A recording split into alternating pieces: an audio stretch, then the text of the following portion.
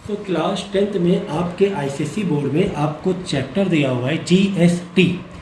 इसका full form होता है गुड्स एंड सर्विसेज टैक्स। तो ये क्या है? ये एक टैक्स चार्ज करने का मेथड है। टैक्स चार्ज करने का मेथड है। अभी 6-7 साल पहले ये इंट्रोड्यूस हुआ है जीएसटी।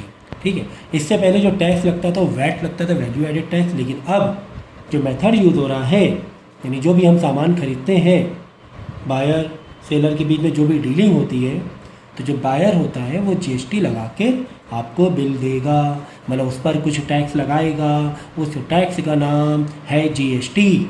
ठीक है, तो जीएसटी अलग अलग प्रोडक्ट के लिए अलग अलग चार्जेस गवर्नमेंट ने सेट किए हुए हैं। कपड़े के लिए अलग परसेंटेज सेट किया है, ऑयल के लिए अलग परसेंटेज है, मेडिकल के लिए अलग परसेंटेज है। सब के परसेंटेज जो है टैक्स के वो अलग अलग है। ठीक है ना? जैसे कि एग्रीकल्चर प्रोडक्ट है, उसमें टैक्स बहुत कम लगाती है गवर्नमेंट। जो एग्रीकल्चर प्रोडक्ट है उसमें गवर्नमेंट टैक्स बहुत कम लगाती है।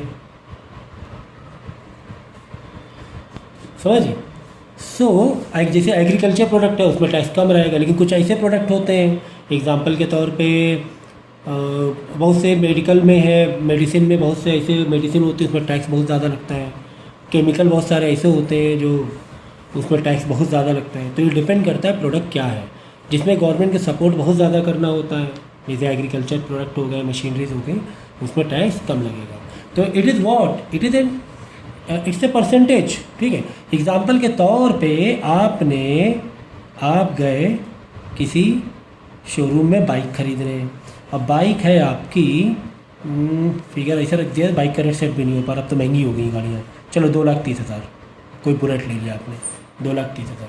ठीक है, तो 2,30,000 वो प्लस करके बोलेगा प्लस जीएसटी। क्या बोलेगा रेट? 2,30,000 plus GST. अब प्लस जीएसटी, तो प्लस जीएसटी जोड़ना और समझना ज़रूरी है कि आपको लगे 2,30,000 ही देना, नहीं हो सकता है जीएसटी का परसेंटेज ज़्यादा हुआ तो ये अमाउंट बहुत ज़्यादा महंगा पड़ जाएगा। अब उसने बोल दिया 15% या 10% बोल दिया कि 2,30,000 में 10% जीएसटी है। जो बाइक पर है, कोई पर्टिकुलर बाइक है कंपनी की, उसका जीएसटी का जो रेट है, एग्जाम्पल के तौर पर बता रहा हूँ मैं, 10% है। तो आपको कितना पे करना पड़ेगा? तो 2,30,000 का आप 10% निकालोगे पहले। जब 2,30,000 10% निकालोगे तो ये हो जाएगा 23,000, है ना? फिर 23,000 प्लस 2,30,000 प्लस कर देना, तो ये आ जाएगा 2,53,000। यानी आपको जो पे करना पड़ेगा 2,53,000 पे करना पड़ेगा विद जीएसटी। ठीक है, तो आपको करना कैसे है? पहले आपको 10% निकालना है, बाद में ओरिजिनल अमाउंट में 10% जो आया है उसको जोड़ दो। अगर आप चाहे तो नहीं मुझे डायरेक्ट निकालना है अमाउंट, तो डायरेक्ट भी निकाल सकते हो। 2 लाख की सर ये डायरेक्ट 2,53,000 कैसे आएगा? तो ऐसे भी कर सकते हो। 2,30,000 इंटू, अब देखो 10% है ना, 100 रुपये की चीज़ है, लेकिन 100 रुपये की चीज़ को हमें 110 रुपये देने हैं। एग्जाम्पल के तौर पे 100 रुपये की चीज़ को हमें कितने रुपये देने? 110 रुपये। 100 रुपये नहीं देने, 10 रुपये टैक्स भी है। तो इसी तरह 2,30,000 का 110/100 करेंगे। जब 110/100 ये मल्टीप्लाई करोगे, सॉल्व करोगे, तो आ जाएगा 2,53,000। ये विद जीएसटी अमाउंट आ गया। लेकिन आप क्या करो, अलग अलग निकालो। अलग अलग कैसे? मतलब 2,30,000 का पहले 10% निकाल लो, क्योंकि कभी कभी एग्जाम में ना बोलेगा कि जीएसटी बताओ कितनी है, पूछेगा ही जीएसटी बताओ, तो जीएसटी आपका अलग अमाउंट बताना पड़ेगा। पहले 10% निकाल लो। 10% कितना आ गया? 23,000 आ जाएगा। इसको कैलकुलेशन करोगे। अब क्या ये मल्टीप्लाई डिवाइड मुझे सिखाना पड़ेगा क्या? नहीं ना। 23,000, ये 23,000 क्या है? ये it is only and only GST. तो तुम्हें कितना पे करना पड़ेगा? तुम्हें पे करना पड़ेगा ओरिजिनल अमाउंट, जो भी ओरिजिनल प्राइस है। ओरिजिनल प्राइस कितना? 2,30,000 प्लस जीएसटी 10%। तो 10% कितना निकाला हमने? 23,000 निकाला। तो 20 प्लस जब करोगे तो ये आ जाएगा 2,53,000। समझ में आया? ये था जीएसटी की कहानी। लेकिन सिर्फ इतनी सी नहीं है, अभी और है। ये तो मैंने बताया कि टैक्स का रेट कैसे निकालना है। और जब टैक्स पड़ जाएगा तो अमाउंट कैसे निकालना है, ये मैंने बताने की आपको कोशिश की है।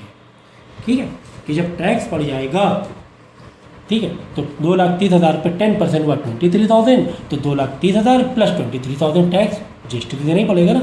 तो ये दोनों मिला के 2,53,000 हो गया। ये थी कहानी। तो ये जीएसटी किस पर लगती है? Person who buys goods for resale. ठीक है, तो जीएसटी किस पर लगती है? जो पर्सन गुड्स खरीदेगा रीसेल करने के लिए, उस पर आपको क्या लगेगा? जीएसटी देनी पड़ेगी। ठीक है, व्हाट इज ये this is your dealer. Dealer किसे कहेंगे? What is dealer? What is dealer? Dealer मतलब तो गुड्स खरीदने और बेचने का काम करता है। डीलर का मतलब क्या होता है? गुड्स खरीदने और बेचने का काम करता है, तो उसे बोलते हैं डीलर। तो कुछ वर्ड यहाँ पे लिए हुए हैं, उन वर्ड की मीनिंग तुम्हें मालूम होना चाहिए, क्योंकि जब क्वेश्चन आएगा तो ये टेक्निकल वर्ड होंगे। जीएसटी का मतलब मैंने बता दिया, डीलर का मतलब मैंने बता दिया। तो डीलर का मतलब जो गुड्स खरीदने बेचने का काम कर रहा है। मुसाब से खरीदा तो मैन्युफैक्चरर समझो, डीलर मतलब होलसेलर भी हो सकता है। डीलर मतलब होलसेलर भी हो सकता है ना। होलसेलर क्या करेगा? अलग अलग मैन्युफैक्चरर से गुड्स खरीदेगा और तुमको वो रिटेलर को आगे बेच देगा। एग्जाम्पल के तौर पे कोई होलसेलर है, बड़ा कोल्ड ड्रिंक का, थम्स अप, पेप्सी, सब बड़े बड़े कोल्ड ड्रिंक डायरेक्ट फैक्ट्री से डायरेक्ट फैक्ट्री से मंगवा रहा है। ठीक है, अब वो क्या कर रहा है? जो अपने एरिया में, अपने शहर में जो रिटेलर्स हैं, जो ग्रोसरी शॉप है जिनकी, ठीक है, जो कोल्ड ड्रिंक्स और वो सब रखते हैं, तो वो उनको बेचेगा रिटेलर को।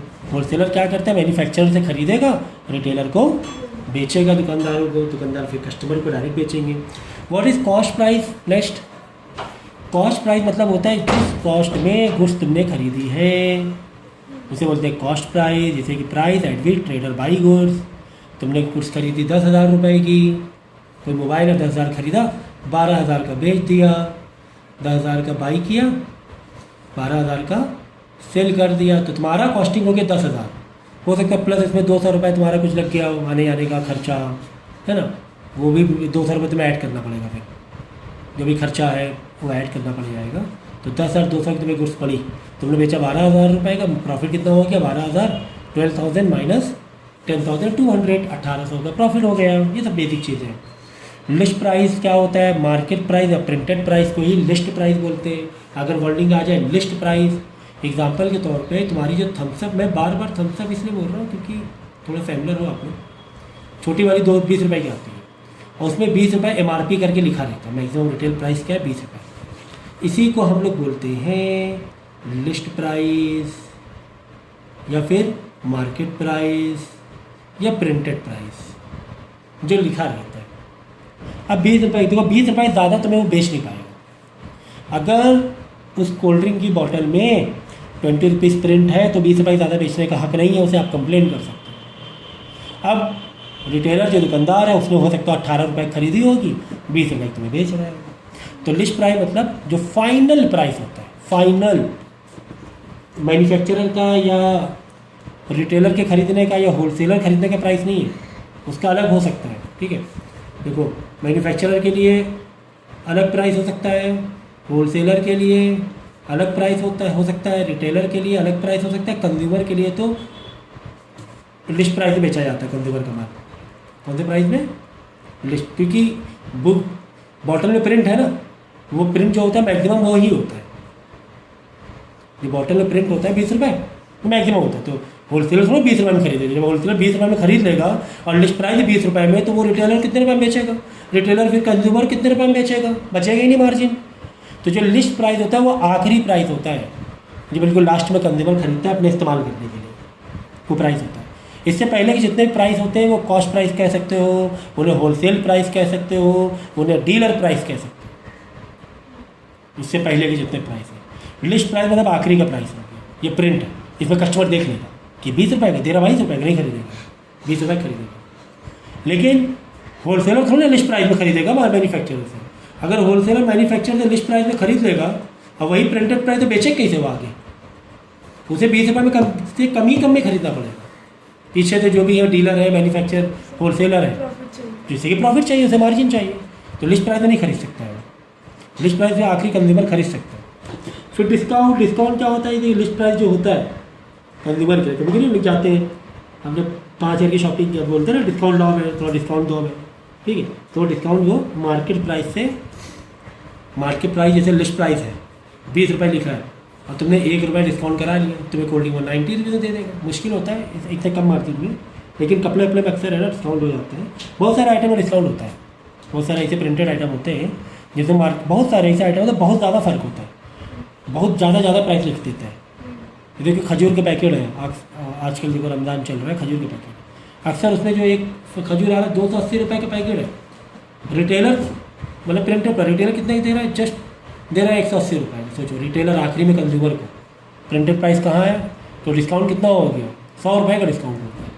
तो market price minus selling price, इस मार्केट प्राइस में तो छपा दो 280 रुपये, लेकिन बेच कितने में 180 रुपये, तो हमें डिस्काउंट कितने का मिल गया, 100 रुपये का। ठीक है ना। तो मार्केट प्राइस पे खरीदने के प्राइस में जो डिफरेंस होता है वो होता है डिस्काउंट।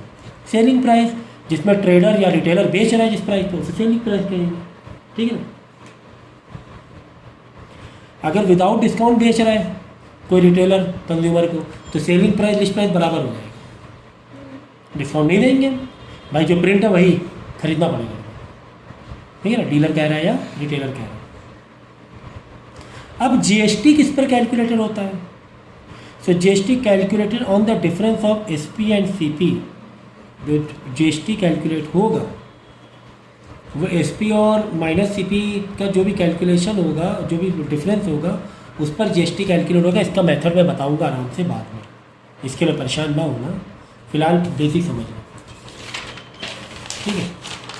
अब कैलकुलेशन वर्क करेंगे, क्वेश्चन करेंगे आगे से।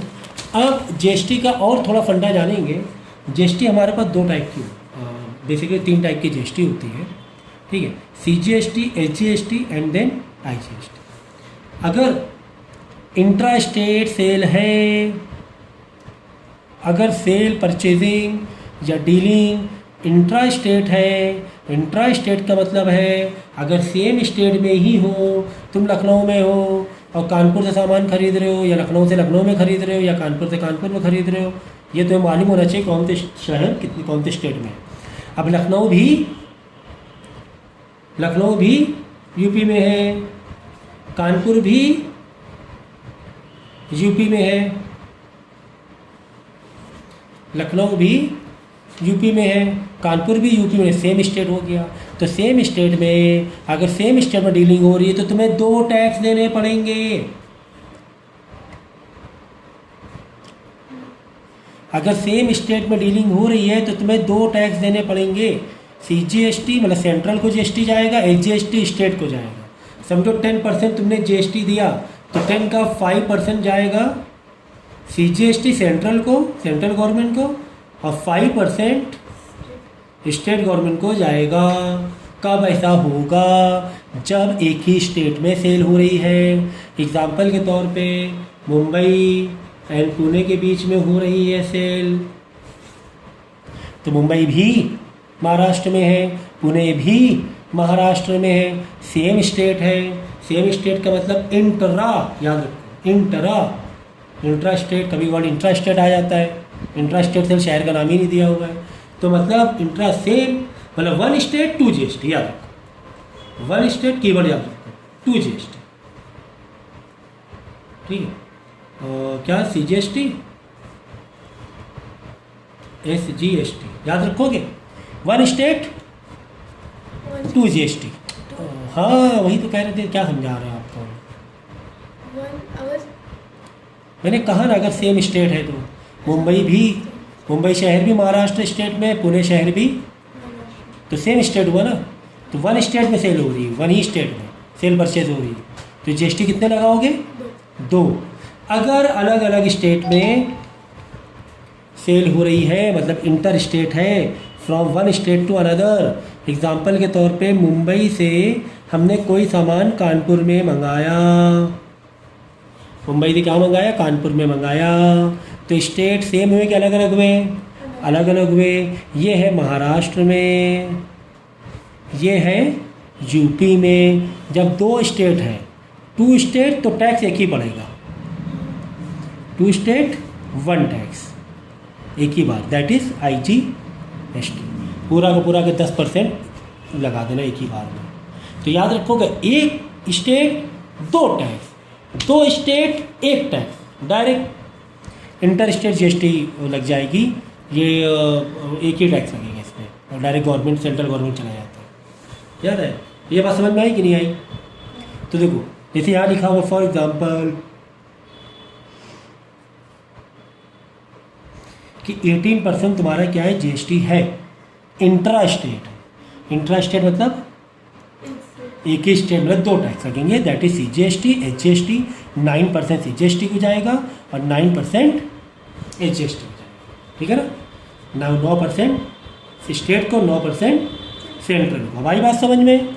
तो ये दो टैक्स मालूम होना ज़रूरी है, ठीक है।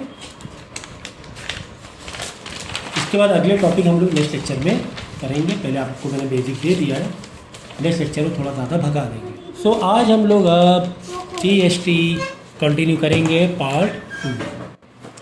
तो पहला एग्जांपल दिया हुआ है, dealer in the city buy some goods worth ₹6,000।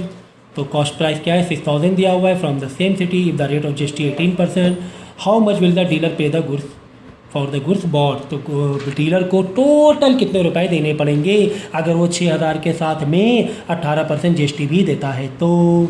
और लिखा हुआ है सेम सिटी। सेम सिटी का मतलब है, सेम सिटी का मतलब है दो GST। ये मैंने पिछली बार समझाया था सेम स्टेट। अब सेम सिटी मतलब सेम स्टेट ही हो गया ना, तो लॉजिक ही नहीं हुआ कि कंपेयर करो दो सिटी एक स्टेट में है कि नहीं है ना। सेम सिटी में ही है मतलब एक ही स्टेट में। तो एक स्टेट मतलब कितने GST?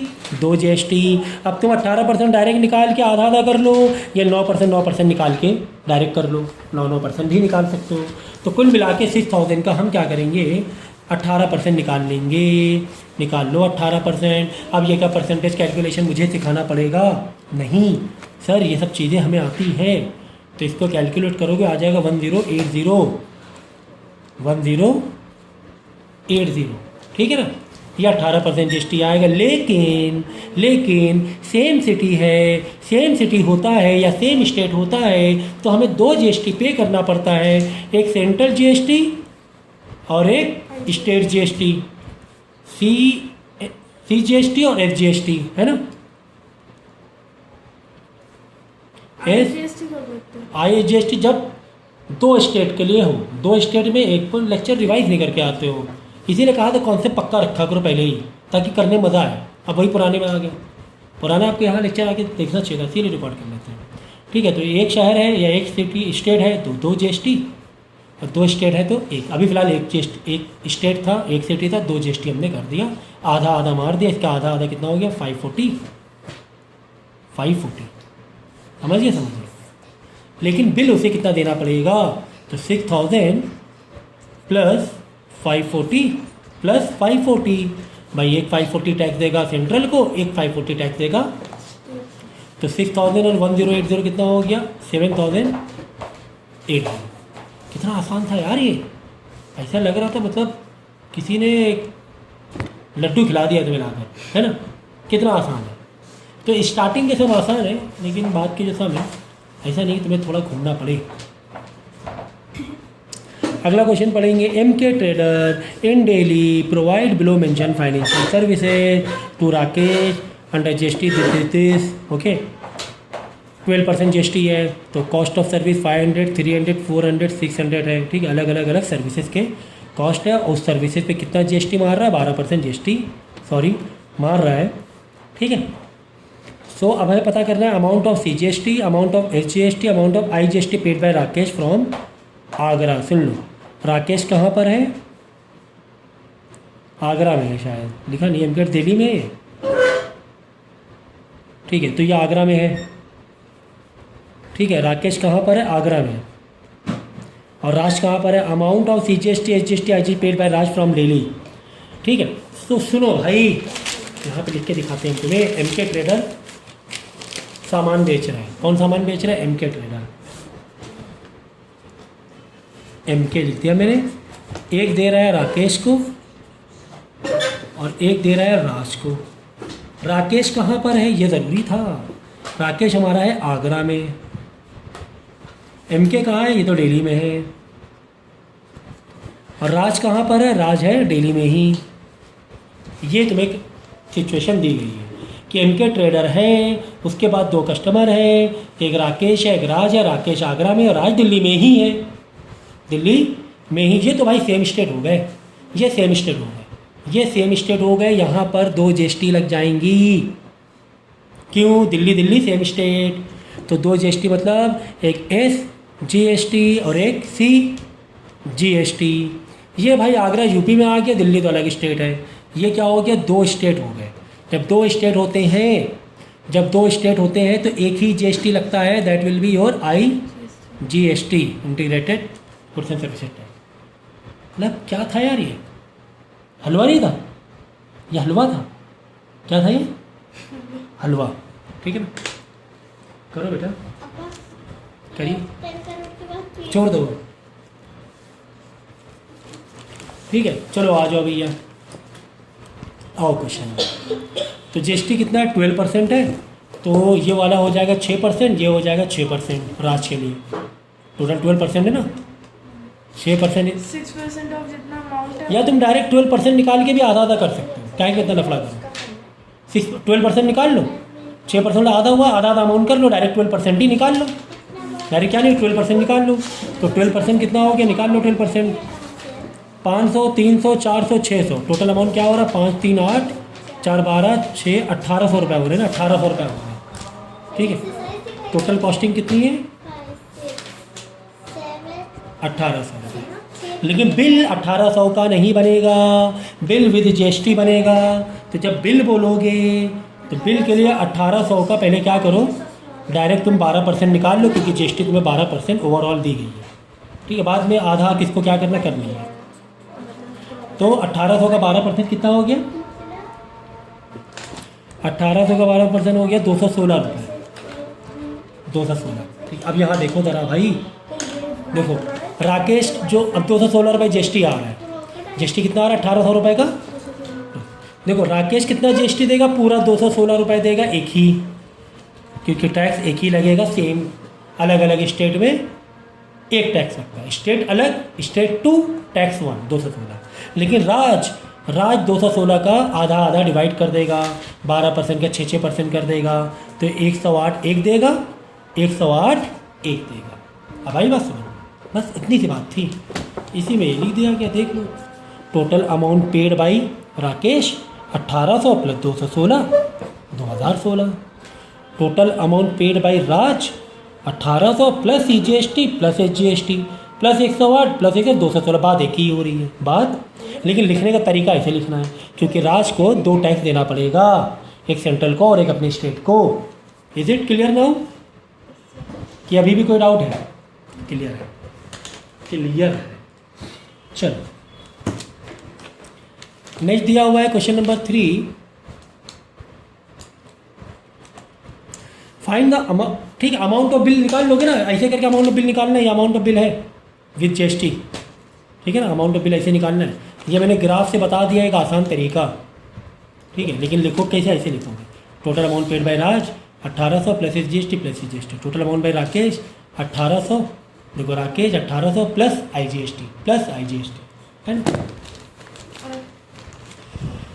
अमाउंट ऑफ बिल, हाँ बिल जो बनेगा, बिल को सब प्लस करते हैं। बिल बनेगा तो जीएसटी ऐड करेगा ना वो डीलर, और क्या, तब तुम्हें पूरा पैसा देना पड़ेगा। तुम्हें जो सामान खरीदा वो भी प्लस जीएसटी भी देना पड़ेगा, तो बिल में पूरा बिल बनाना पड़ता है विद जीएसटी।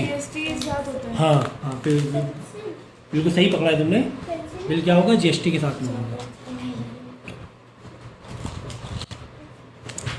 ठीक है, चलो तो यहाँ पे देखो क्या लिखा है, 3-4 अलग अलग गुड्स हैं। एमआरपी है ना, कोई गुड्स 250 की तुमने खरीदी, कोई सामान 200 रुपये खरीदा, कोई सामान तुमने 150 रुपये खरीदा, कोई सामान 300 खरीदा एक सुपर स्टोर से। ठीक है ना, और कुछ तुम्हें डिस्काउंट भी दे रहा है। स्टोर वाला तुम्हें क्या दे रहा है? बिग बाज़ार डिस्काउंट भी दे रहा है। जिसकी एमआरपी 250 रुपये कह रहा है तुम्हें 30% डिस्काउंट मिल जाएगा। जिसकी एमआरपी 200 रुपये है वो कह रहा है तुम्हें 40% डिस्काउंट मिल जाएगा। जिसकी एमआरपी 150 रुपये कह रहा है तुम्हें 32% डिस्काउंट मिल जाएगा। जिसकी एमआरपी 300 रुपये कह रहा है 20% डिस्काउंट मिल जाएगा। यानी कि जो अमाउंट नया आने वाला है वो डिस्काउंट कम करने के बाद कम आने वाला है। अमाउंट 250 रुपये नहीं, तुम्हें कम देना पड़ेगा। ठीक है, तुम्हें कम देना पड़ेगा। तो यही टेबल पहले मैं उतार लेता हूँ, फिर मैं नया अमाउंट लिखूँगा जो कि तुम्हें पे करना पड़ेगा। बेहतर होता है कि अगर हम टेबल को वर्टिकल वे में बना लें, जैसे कि ये MRP है, ये डिस्काउंट है, ये हो गया सेलिंग प्राइस, ठीक है, एक्चुअली में कितना में सेल करेगा क्योंकि डिस्काउंट कट हो रहा है ना।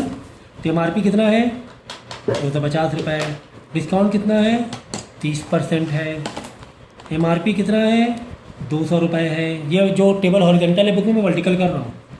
डिस्काउंट कितना है 40% है, MRP कितना है 150 है, डिस्काउंट कितना है 32% है, MRP कितना है 300 है, डिस्काउंट कितना है 20% है। बात समझ में आ गई? हाँ सर, हमें बात समझ में आ गई। अब हमें फाइनल मतलब सेलिंग प्राइस निकालना है। तुम 250 रुपये थोड़ा दोगे, तुम्हें तो डिस्काउंट मिल रहा है ना। तुम्हें क्या मिल रहा है? तुम्हें डिस्काउंट मिल रहा है, तुम इतना पैसे क्यों दोगे? 30% बोलेगे, डिस्काउंट कम करो। तो ठीक है, अब सेलिंग प्राइस कैसे निकालोगे इसका फॉर्मूला लिख लो। देखो 250 रुपये इंटू डिस्काउंट 30 हटा दो तो बचा कितना 100 में से 70 अपॉन 100। ये कैलकुलेशन करोगे तो आ जाएगा क्या सेलिंग प्राइस कि तुम कितने में खरीद रहे हो या तुम कितने में बेच रहे हो। ठीक है, इसी तरह 200 रुपये में 40% मिल रहा है, 40% तो छूट मिल रही, तुम पे कितना करोगे 7% पे करोगे तो 60 अपॉन 100, 100 में 40 हटा दोगे। फिर 150 रुपये में 32% तुम हटा दो, तुम्हें पे कितना करना पड़ रहा है? तुम्हें पे करना पड़ रहा है 68%। तो 68 अपॉन 100 में 32 हटा दें 68, ये फाइनल प्राइस आता जाएगा। फिर 300 रुपये में 20% हटा दो तो बचा कितना 80%। 80% तुम्हें पे करना पड़ेगा। अब ये कैलकुलेशन करना 0 0 काटो मल्टीपल, ये सब यार मुझे क्लास 10 तो नहीं सिखाना चाहिए, मुझे ये आपको आना चाहिए। ठीक है, तो ये कैलकुलेट करके अमाउंट जब लिखोगे तो फिलहाल तो मैं प्लस करेंगे तो बिल आएगा ना फिर। हाँ देखो, एक इसका 250 रुपये की चीज़ में कितने मिल जाएगी 175, ये कैलकुलेशन कर लेना भाई है, 175 रुपये मिल जाएगी। ठीक है, 200 रुपये की चीज़ में कितने की मिल जाएगी 120 रुपये मिल जाएगी। 150 की कितने की मिल जाएगी 102 रुपये में मिल जाएगी। 300 रुपये की चीज़ कितने की मिल जाएगी 240 रुपये में मिल जाएगी। ये अलग अलग आइटम तुमने खरीदे। अब तुम टोटल बिल यहाँ मार दो। ठीक है, सबको जोड़ दो, सबको जोड़ दोगे तो टोटल बिल आ जाएगा तुम्हारा 637 रुपीज़ तुम्हें देना पड़ेगा। तो 637 दे के तुम आ जाओगे? नहीं, अभी GST लगेगी। तो याद रखना GST हमेशा कब लगती है? GST हमेशा आफ्टर डिस्काउंट लगती है। डिस्काउंट के बाद जो अमाउंट आता है उस पर GST लगेगी। डिस्काउंट का कोई फायदा यही तो अमाउंट है 637। GST देना पड़ेगा, वो तुम्हारे को मतलब देना पड़ता है, वो फ़ायदा नुकसान से मतलब नहीं, टैक्स है। तुम रोड पे चल रहे हो, तुम इतनी सारी गवर्नमेंट की सर्विसेज ले रहे हो तो टैक्स तो देना ही पड़ेगा ना। काफ़ी सारी चीज़ें गवर्नमेंट करती है हमारे लिए, है ना। तो 637 का GST, तो GST कितना बोला गया है? GST में बोला गया है, देख लो सेम स्टेट के अलग अलग स्टेट में इंट्रा स्टेट है। सेल कौन सी है? इंट्रा। इंट्रा का स्टेट मतलब होता है सेम, इंट्रा का मतलब होता है वन स्टेट मतलब 2 GST, वन स्टेट मतलब 2 GST, इंट्रा मतलब वन स्टेट, इंटर मतलब 2 स्टेट, तो वन स्टेट मतलब 2 GST। तो CGST SGST, तो जो भी परसेंट 12% है, एक बार 12% निकाल लो, बाद में आधा आधा कर दो तो भी कोई दिक्कत नहीं है। तो GST, हाँ GST देख लो is equal to 637 into 12% direct निकाल लो, बाद में आधा आधा कर लेंगे हम लोग, बाद में आधा आधा कर लेंगे। तो डायरेक्ट जब 12% निकालेंगे तो आ जाएगा तुम्हारा कितना आ रहा है, देख लो थोड़ा सा डेसिमल में आ रहा है, चेक करो। 637 का 12% निकालो, हैं 12% of 637 कितना आ रहा है? अरे भाई हद हो गई।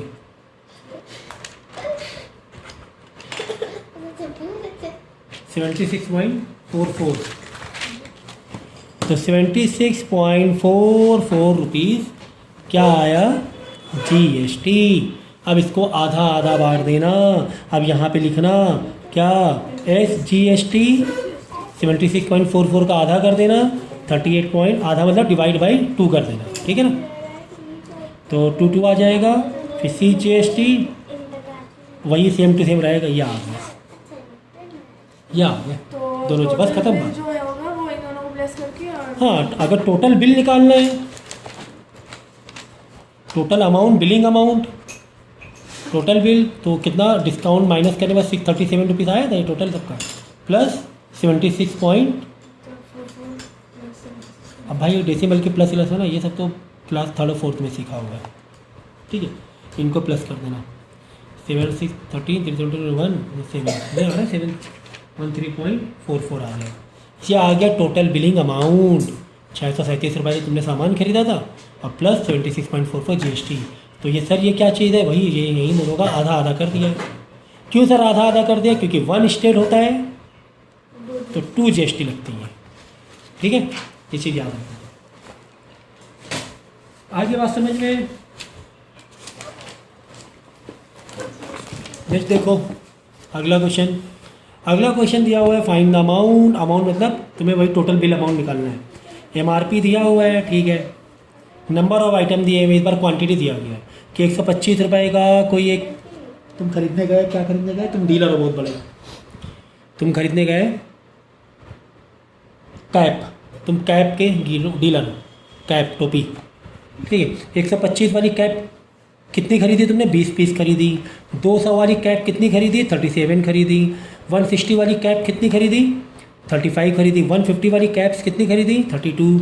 180 वाली 25 कैप खरीदी, ठीक है। तो एक कैप 125 रुपये की, तो 20 कैप 125 × 20, ठीक है। तो यहाँ पे अब टेबल दो कैसे बनाएंगे, ठीक है। ये MRP 125 वाली कैप कितने पीस है? 20 है, तो 125 × 20 कितना आ गया? 2500 रुपये आ जाएंगे। फिर दूसरा वाले की MRP कितनी? 200 रुपये। कितनी कैप खरीदी तुमने? 27, तो 200 × 27 5400 रुपये का सामान हो गया। इसी तरह मल्टीप्लाई करके सबका टोटल बिल आ गया। डिस्काउंट मिल रहा है तुम्हें? नहीं सर, डिस्काउंट हमें नहीं मिल रहा है, तो यहाँ पर सर GST ज़रूर देना पड़ रहा है। हाँ, अब की बार GST अलग अलग तुम्हें निकालना पड़ेगा क्योंकि हर आइटम में GST अलग अलग है। तो यहाँ पे GST का भी कॉलम बना देंगे। 125 वाली जो वैरायटी की कैप है उसको 12% GST है। 200 वाली वैरायटी वाली कैप की 12% ही GST है। GST है 100, वो ठीक है, बाद में कर लेंगे। 160 वाला जो वैरायटी है, जो डिज़ाइन है, उस पर 18% GST है। तो 2500 पे 12% GST, तो 2500 का 12%, लेकिन 6% क्यों किया है सर? क्योंकि इंट्रा स्टेट था, इंट्रा मतलब सेम स्टेट। तो तुम चाहो तो 12 भी निकाल सकते हो, वो कोई बाधा नहीं है, बाधा नहीं मतलब कोई वो बात नहीं है। 12% निकाल के आप बाद में भी आधा आधा कर सकते हो, चाहे तो तुम पहले से भी आधा आधा करो। इसमें देखो पहले से आधा आधा किया हुआ है, जैसे चाहे वैसे करो। यहाँ पे देखो CGST, यहाँ पर SGST कॉलम है, जितना CGST आएगा उतना ही SGST है, तो यहाँ पर दोबारा कैलकुलेट करने की ज़रूरत नहीं पड़ेगी। तो 2500 का हमने 6%, 6% क्यों सर? 12% है सर, 6% क्यों निकाला? क्योंकि हमें आधा आधा निकालना है। तो 6% 150, तो जब CGST 150 आया तो SGST भी 150 आएगा। इसी तरह 5400 का 6%, 5600 का 9%, क्योंकि 18% था, 18 का आधा 9, इस तरीके सबका GST निकाल लेंगे, ठीक है। बाद में यहाँ पे टोटल अमाउंट मार देंगे कैसे? 2500 प्लस 150 CGST प्लस 150 SGST, तो 250 प्लस 150 प्लस 150 2800, 5400 प्लस 324 प्लस 260, ठीक है। सबका ऐसे बिल निकाल के लास्ट में टोटल लिख देंगे, लास्ट में टोटल लिख देंगे। फाइनली तुम्हें इतने रुपए दे के जाना पड़ेगा दुकानदार को, डीलर को या होलसेलर को। Is it clear now? ठीक है ना। टोटल अमाउंट पे दोनों GST ऐड कर दी, टोटल अमाउंट पे दोनों GST ऐड कर दी, टोटल अमाउंट में दोनों GST ऐड कर दी, बाद में यहाँ पर भी टोटल मार दिया। समझिए, इस तरीके से टेबल वाले जो क्वेश्चन आते हैं, टेबल वाले क्वेश्चन इजी पढ़ते हैं। हाँ, यही तो है तुम्हारा, यही तो आंसर है, यही आंसर है आपका। सब कुछ इसमें आ गया, इसमें SGST भी आ गया, CGST भी आ गया। अलग अलग GST इसमें क्यों बनाना पड़ा? पहले वाले में क्यों नहीं बनाना पड़ा था? पहले वाले में सबके लिए एक ही GST था, लेकिन यहाँ पर अलग अलग GST है, तो GST का अलग कॉलम बनाना पड़ेगा। आई बात समझ में? इस तरह बिलिंग की जाती है। तो आज के लिए इतना काफ़ी है, पहले इतना पक्का करो, नेक्स्ट अगले लेक्चर में करेंगे।